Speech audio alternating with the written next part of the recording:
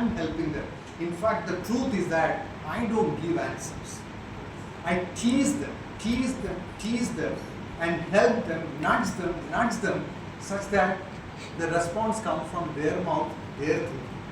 And I am very clear about it. If anyone comes to me, sir, I have a doubt. Oh, okay. What is your doubt? Sir, this one, is this right? Or this is not right? Now you be like, oh, I don't know, yeah. What do you think? What do you think? So I think it is right. Maybe it is right. So if they are not sure about what they are saying, I make them, how do you approach the problem? How do you approach the problem? What was your thought process? Can you think loud? Think loud. Sir, this is a carbon and there are 4 connected atoms. In this case it's hydrogen. 4 connected atoms. Okay. 4 connected atoms. It could have been planar structure. It could have had many other geometrically possible structures, but why is it existing like this? And then I will say, for every CH bond, it's a pair of electrons, what we call as bond pair.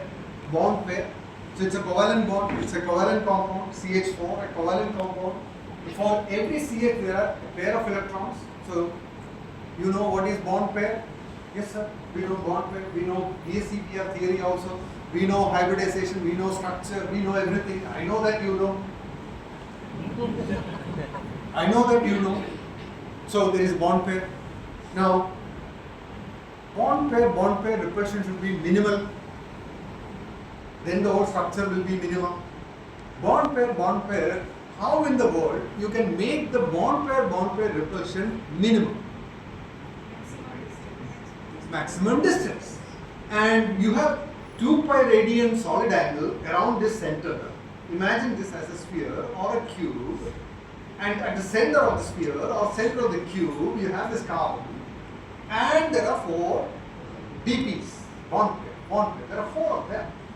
You minimize the repulsion by maximizing the separation. So a tetrahedral structure in their head comes automatically. I am not telling because it is sp3 hybridized hence tetrahedral, I am using something which they already know.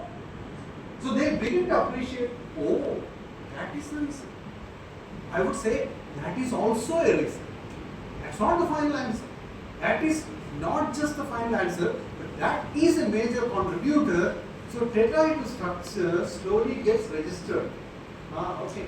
Yeah, it makes sense. It makes sense. But where is BSEPR otherwise applied?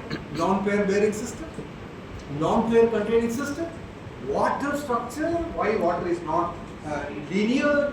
It is bent structure. So there BSEPR is used. There is no non-pair here, and they wouldn't imagine BSEPR is applicable here.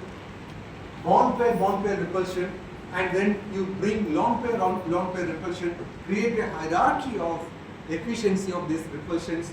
Then they are in the process of self-learning, and my role has generally been to nudge them. Just nudge them, just push them into the right direction of thought that they figure out what is possible.